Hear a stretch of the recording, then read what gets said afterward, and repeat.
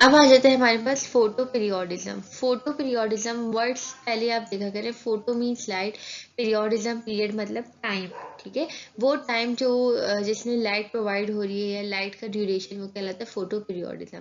This is the influence of the relative length of day and night on the activity of an organism. Photo period क्या होता है कि this is the influence of relative length of day and night on the activities of an organism. Relative length of day and night, कितनी लंबी रातें या कितने लंबे दिन है और उसका प्लांट की एक्टिविटी पे क्या असर अंदाज है, ये डिपेंड करता है किसके ऊपर, फोटो पीरियड के ऊपर। On the basis of their different responses to light and dark flowering plants can be divided into three groups. जो प्लांट का डिफरेंट रिस्पॉन्स है towards the light and dark और उसकी फ्लावरिंग का जो इन्फ्लुएंस होता है, मतलब डार्क या लाइट जो भी पीरियड है या जो भी लाइट उसको मिल रही है उसके ऊपर जो उसकी फ्लावरिंग डिपेंड कर रही है, उसके उस पर हमने इसको डिवाइड करा हुआ है तीन वेराइटीज में। Long day plant, short day plant और day neutral plant. Neutral plant जो होते हैं वो न्यूट्रल होते हैं। डे न्यूट्रल, उनको आप कितनी भी लाइट दें, कितना भी अंधेरा दें, उनको कोई फर्क नहीं पड़ता क्योंकि वो न्यूट्रल है। जबकि लॉन्ग डे और शॉर्ट डे क्या होते हैं, इफेक्टिव होते हैं, उनका ऊपर इन्फ्लुएंस होता है फोटो पीरियड का। तो लॉन्ग डे प्लांट क्या होते हैं, those require long days and short nights are called long day plant. वो प्लांट जिनको ज्यादा दिन और छोटी रातें चाहिए हो। रातें और दिन से क्या मुराद है, दिन से मुराद उनको ज्यादा लाइट चाहिए हो, ठीक है, और कम उनको जो है वो डार्क चाहिए हो, वो कहलाते हैं लॉन्ग डे प्लांट। जैसे कि पिट्यूनियाज, स्पाइनिश, रेडिश और लेट्यूस।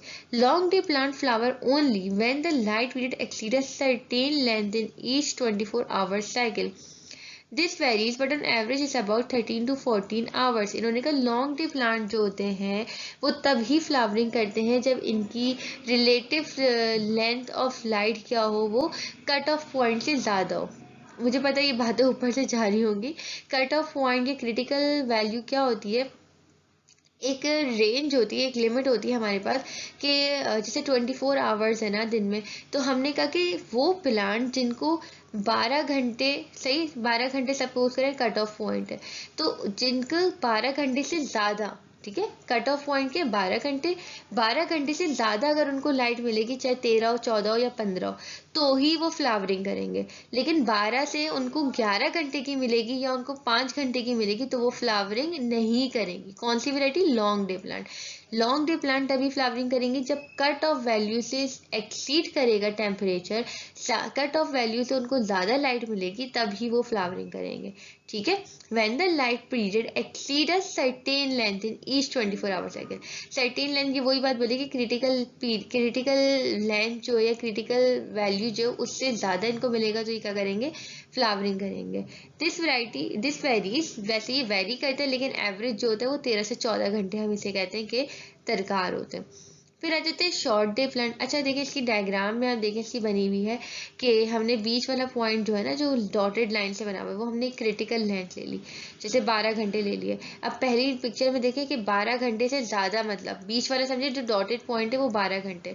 अब 12 घंटे से ज़्यादा वो नीचे आया हुआ है ना येलो लाइट, मतलब 13-14 घंटे इसको मिले, तो इसमें क्या हो गई, फ्लावरिंग हो गई। दूसरी वाली डायग्राम देखें 12 घंटे से भी कम है, मतलब समझे 10-9 घंटे, तो इसमें फ्लावरिंग नहीं हुई। तीसरी वाली डायग्राम में देखें कि ऊपर आधी लाइट मिली हुई है, आधी लाइट जो इसको बाद में मिली हुई है, ठीक है, मतलब दिन में बाद के हिस्से में मिली हुई है। तो ऐसा हो सकता है कि ऊपर जो है इसको 13 घंटे मिले और नीचे उसको 3 घंटे मिले हो, तो 13 और 16 घंटे या 15 घंटे हो गए, तब भी इसके अंदर फ्लावरिंग हो गई। तो इससे क्या जाहिर हुआ, इस थर्ड वाली पिक्चर से ये जाहिर हुआ कि जो पीरियड है, ऐसा नहीं है कि उसको कंटिन्यूअसली एक जैसा 13 घंटे चाहिए, नहीं, उसको बस पूरे दिन के अंदर 13 घंटे चाहिए अपनी फ्लावरिंग करने के लिए। अब वो उसको रुक रुक के मिले, हर 4 घंटे बाद मिले या किसी भी टाइम मिले, लेकिन उसको अपने 13 आवर्स चाहिए, ठीक है, तो ही वो लाइट फ्लावरिंग करेगा। लेकिन अगर उसको 13 आवर्स नहीं मिल रहे, चाहे वो कंटिन्यूअसली हो या रुक रुक के हो, लेकिन नहीं मिल रहे तो वो फ्लावरिंग नहीं करेगा, ठीक है। तो इससे ये वाला कॉन्सेप्ट भी मिला कि कंटिन्यूटी जरूरी नहीं है।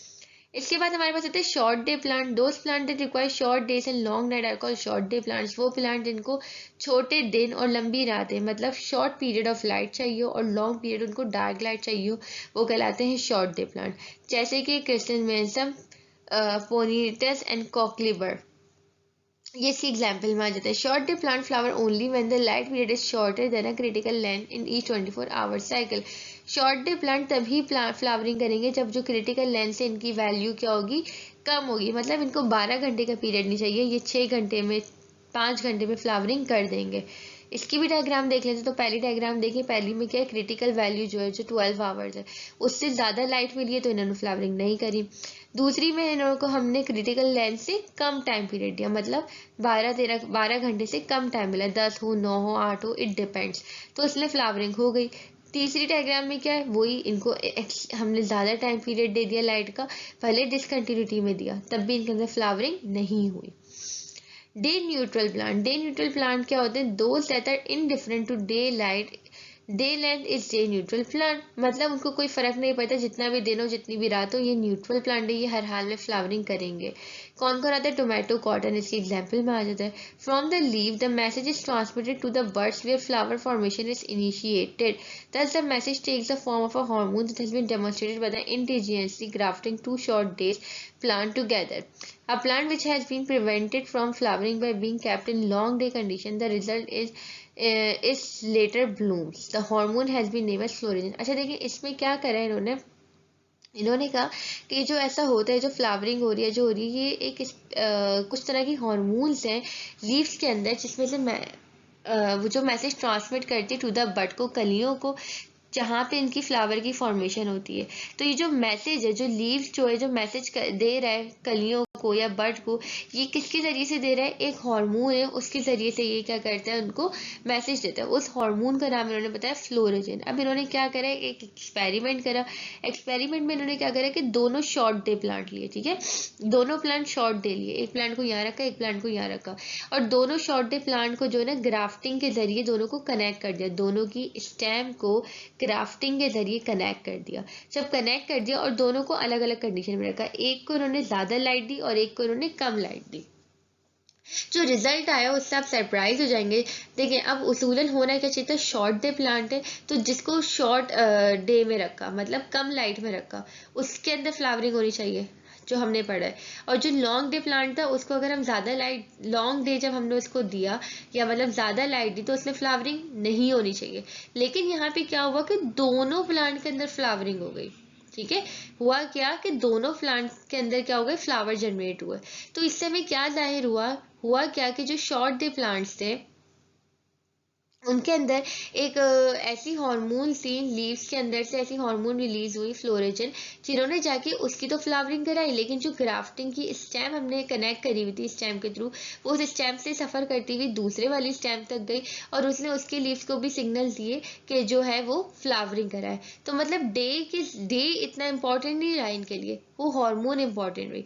वो हार्मोन ने जाके सिग्नल दिया कि आप इसके अंदर भी फ्लावरिंग कराएं, तो दोनों प्लांट के अंदर क्या हो गए, फ्लावर्स ग्रो हो गए। तो ये हार्मोन कौन सी हार्मोन थी, फ्लोरेजन हार्मोन थी।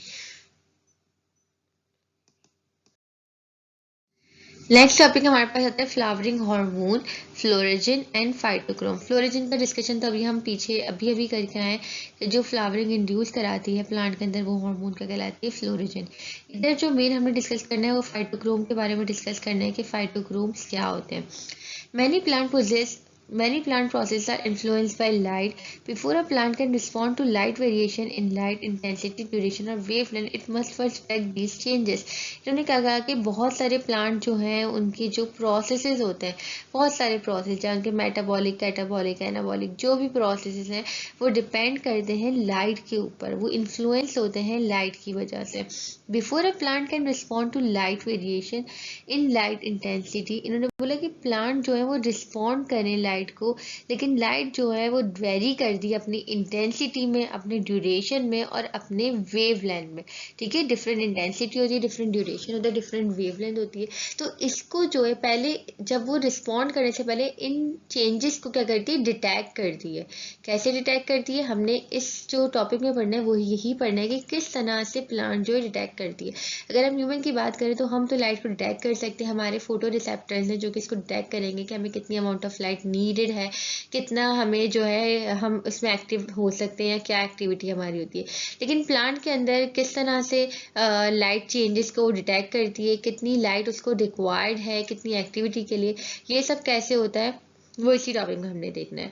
सम form of photo receptor is necessary if a relationship establish between a pigment called phytochrome and a number of light induce plant responses. इन्होंने बोला कि इनके अंदर कुछ तरह के फोटो रिसेप्टर्स होते हैं जो कि कॉम्बिनेशन होते हैं किसका, पिगमेंट का और प्रोटीन का, जिन्हें हम कहते हैं फाइटोक्रोम। उन फोटो रिसेप्टर्स को हम क्या कह रहे हैं, फाइटोक्रोम कह रहे हैं, जो कि इन चेंजेस को क्या करती है, फील करती है, उनको लेती है और उसके बाद उसका रिस्पॉन्स करती है। Phytochrome comprise of protein and pigment. Phytochrome किसके ऊपर कंप्राइज हुए हैं, मैंने अभी ऊपर ही बताया था कि वो दो चीजों से मिलकर बने हुए, प्रोटीन्स और पिगमेंट। प्रोटीन और पिगमेंट मिलकर क्या बनाते हैं, phytochrome. It is distributed throughout the plant in minute quantity but most concentrated in growing tips. वैसे ये पूरी प्लांट बॉडी में डिस्ट्रीब्यूट है लेकिन थोड़ी कम अमाउंट में, बस ज़्यादा कहाँ पर होती है, ये ग्रोइंग टिप्स पे, जैसे कि लीव, स्टेम पे, रूट एंड्स पे, इस जगह पे। Phytochromes exist in two interconvertible forms. अब फाइटोक्रोम की ना दो फॉर्म्स हैं। मतलब फाइटोक्रोम क्या है, is a type of photo receptor in plant, ठीक है, फोटो रिसेप्टर इन प्लांट के अंदर फाइटोक्रोम। अब फाइटोक्रोम बने हुए किससे, प्रोटीन और पिगमेंट से बने हुए। फाइटोक्रोम कितने तरह के होते हैं प्लांट के अंदर, दो तरह के होते हैं, फाइटोक्रोम 660 एंड फाइटोक्रोम 730। ये दोनों फाइटोक्रोम एक दूसरे के अंदर चेंज हो सकते हैं, इंटरकन्वर्टेबल है। 660 730 में हो सकता है, 730 660 में हो सकता है, दोनों के अंदर ये एबिलिटी मौजूद है। Now, this absorb red light peak absorption at a wavelength of 660 nanometer. P660 induces the responses. इन्होंने क्या कहा कि जब डे लाइट होती है या जब रेड लाइट होती है तो P660 क्या करता है, एब्जॉर्ब करता है और प्लांट के अंदर रिस्पॉन्सेस इंड्यूस कराता है। जबकि phytochrome 730 this absorb light in the far right region of the spectrum and inhibit the response. P730 inhibit the responses. P730 क्या करता है, वो डार्कनेस में होता है, या मतलब वो फार रेड को एब्जॉर्ब करता है और रिस्पॉन्सेस को क्या करवाता है, इनहिबिट कराता है। होता क्या है, देखिए इंटर कन्वर्टेबल है। मैं भी आपको दोबारा इसकी एग्जांपल समझाऊंगी। Most of the flowers are form at the specs. Experiments confirm that light stimulus is detected by the leaf. A message therefore passed from the leaf to the apex. As plant coordinate by chemical means, this message is assumed to be a hormone and has been called floragen. इसमें देखिए इन्होंने कोई नई बात नहीं है, वही पुरानी बात है कि एक्सपेरिमेंट से पता चला था कि जो लाइट होती है जब वो पड़ती है तो मैसेज जो है लीफ से रिलीज होता है, वो केमिकल मैसेंजर के फॉर्म में होता है या हार्मोनल फॉर्म में होता है। वो हार्मोन क्या कहलाती है, फ्लोरेजन हार्मोन कहलाती है, जो कि फ्लावरिंग इंड्यूस करवाती है, फ्लावरिंग करवाती है। अब अगर हम फाइटोक्रोम एंड फ्लावरिंग को देखें तो साइड में आपको डायग्राम एक दिख रही होगी, जिसमें P660 एक तरफ बना है और P730 एक बना हुआ है। तो हमने क्या कहा कि ये दोनों क्या होती है, एक दूसरे के अंदर इंटर कन्वर्टेबल होती रहती हैं, चेंज होती रहती है। जब ज़्यादा दिन की लाइट होगी, तेज़ रोशनी होगी, तो P660 कन्वर्ट हो जाएगी किसमें, P730 में।